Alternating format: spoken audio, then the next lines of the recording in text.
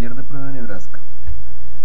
Si se tiene una prueba de Nebraska para un tractor Zetor 7321 FWA y se desea conocer su comportamiento en campo cuando la caja de cambios esté en la posición 7TH2R Gear, partiendo del diagrama de Sosa, estime la velocidad de operación, la fuerza de tracción y el patinamiento, si el tractor se encuentra laborando sobre un suelo labrado, con un enganche integral y sin lastre.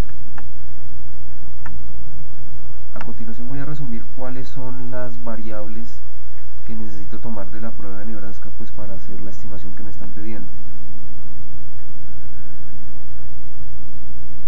Nos vamos hacia la prueba de Nebraska, en este caso el FWA. La prueba tiene una particularidad y es que nos da unos datos con lastre, pero nosotros lo que vamos a hacer es tomar de la misma prueba la información de estática sin lastre. Entonces nos dice que está en este cambio que estoy señalando. Y aquí, ¿qué nos interesa? La potencia, nos interesa la fuerza de tiro, 16 kilonewtons, aquí esto está 54,6 caballos, velocidad 9,15 kilómetros por hora y patinamiento 2,9%. Nos va a interesar también la información que nos está relacionando para el tractor 7321 sin lastre, el peso del eje trasero 2255 y la masa total del tractor 3370. Ahora vamos a seguir unos pasos para determinar lo que nos piden. En primer lugar, nos vamos a ubicar en el diagrama de SOS y lo que vamos es a ubicar sobre el eje de patinamiento, el patinamiento pues sobre concreto, que es 2,9%, que corresponde aquí al punto número 1. Vamos a trazar hacia la izquierda una horizontal hasta cortar con la curva de concreto que está señalándose con el puntero. Cuando lleguemos ahí, al punto 1', vamos a trazar una perpendicular vertical hacia arriba hasta cortar con el eje que me está indicando la relación potencia de barra de tiro potencia al eje. Aquí nos está dando un factor de 0,90, así como se indica acá la relación, y de aquí me interesa determinar la potencia al eje. ¿Por qué la potencia al eje? Porque esa potencia jamás va a cambiar independientemente del tipo de suelo que yo tenga, en el que yo vaya a trabajar. Pero la potencia de barra de tiro sí cambia, porque la que nos están dando acá inicialmente es sobre concreto, y necesitamos determinar es más adelante la potencia sobre el suelo, labrado. La potencia al eje con estas cuentas equivale a 60,67 caballos de fuerza o 45,22 kilovatios.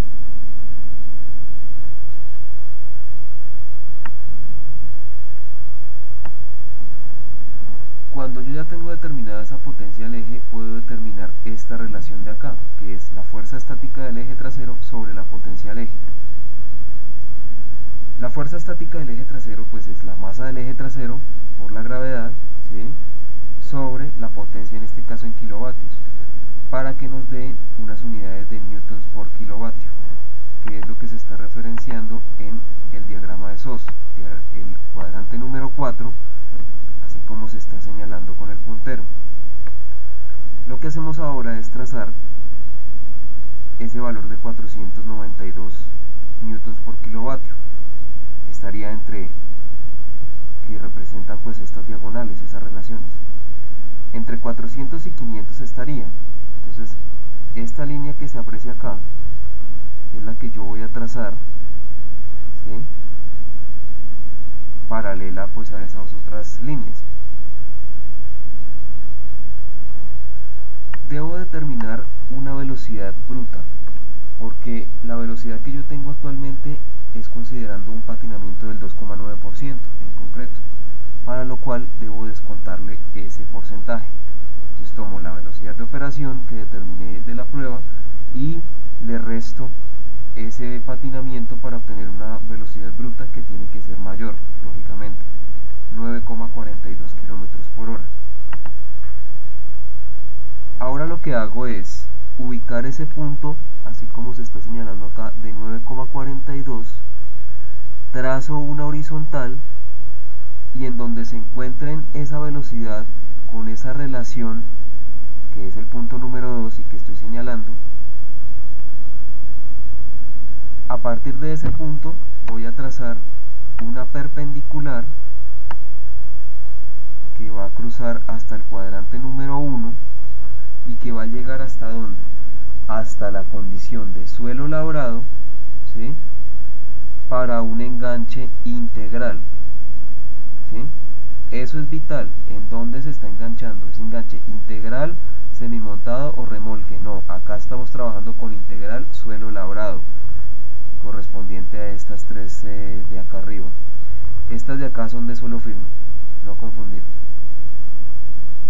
Cuando yo ya tengo este punto determinado, que sería el número 3, voy a trazar una horizontal hacia la izquierda. En primera instancia voy a determinar el punto 4, que es el patinamiento que se va a presentar, que se puede presentar para ese suelo labrado. Si yo sigo extrapolando, debo cortar también con estas curvas de suelo que aparecen acá. En este caso seguimos con suelo labrado, enganche integral, ¿sí? Con este punto, y luego continúo hasta cortar con la curva individual de suelo labrado. Con el punto 5 voy a trazar una perpendicular hacia abajo y voy a determinar el factor de esta relación, tracción de barra de tiro sobre fuerza estática del eje trasero. Y con este punto 6 voy a trazar una perpendicular vertical hacia arriba, con lo cual voy a determinar el factor de la relación potencia de la barra de tiro y potencia del eje. En estos dos casos, coincidencialmente, el valor da 0,6. Aquí 0,6 y aquí 0,6.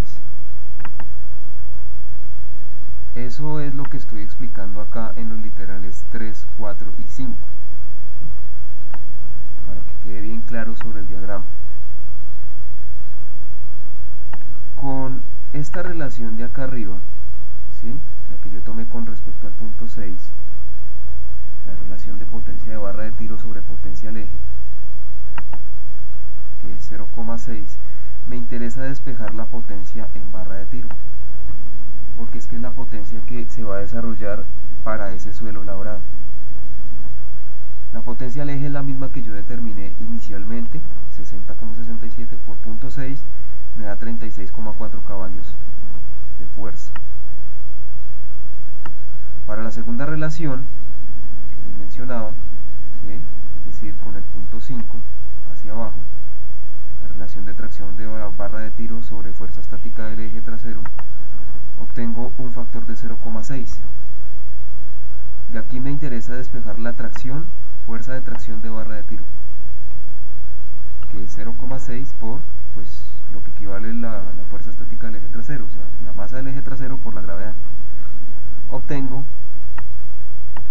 un valor de fuerza de tracción de 13,27 kilonewtons. Entonces ya tenemos determinado la fuerza de tracción de barra de tiro y segundo el patinamiento para ese suelo. ¿Qué nos queda? Determinar la velocidad de operación sobre ese suelo. Nos vamos al primer cuadrante, al punto número 3, y ahora lo que vamos a hacer es trazar una paralela a estas líneas de acá, a estas diagonales, que son las líneas de velocidades de recorrido reales constantes. Entonces trazo una paralela. ¿Hasta dónde? Hasta cortar con el eje horizontal. Cuando yo llego a ese eje horizontal, voy a trazar una perpendicular hacia abajo. ¿Hasta dónde? Hasta cruzarme con la relación que yo obtuve inicialmente de la relación de fuerza estática del eje trasero sobre potencia del eje, o sea, los 492 newtons por kilovatio que habían determinado inicialmente. Ese cruce me define el punto 7. Cuando yo tengo ese punto 7 definido, trazo una horizontal hacia el eje de velocidad de recorrido y lo que hago es determinar con el diagrama de SOS cuál es la velocidad de operación real para ese suelo.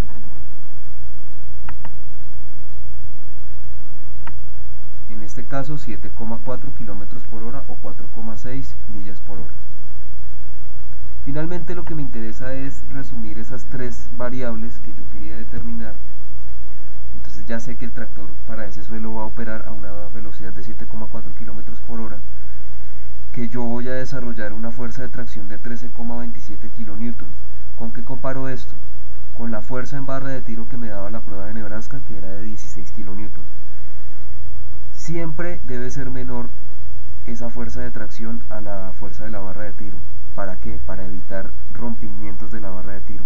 Si en algún momento me dan valores superiores a esos 16 kN, quiere decir que yo tengo el riesgo, corro el riesgo de romper esa barra de tiro, porque la estoy sometiendo a un esfuerzo mayor al que puede soportar. Y finalmente el patinamiento que yo voy a desarrollar en campo real, que es de 18%. Entonces les pido el favor de repasar esta información y yo les voy a mandar un taller adicional.